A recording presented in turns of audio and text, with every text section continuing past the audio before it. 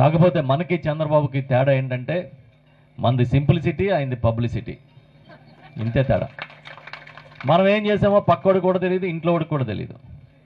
ఆయన మాత్రం ఏమీ చేయకపోయినా అసలు ఆయనకి బాజా భజంత్రీలు, తప్పెటి గుళ్ళు, ఇంకా ఇలాంటి ఏ వాయిద్యాలు అయితే ఉంటాయో అన్ని వాయిద్యాలు ఉంటాయి, పక్క వాయిద్యాలు.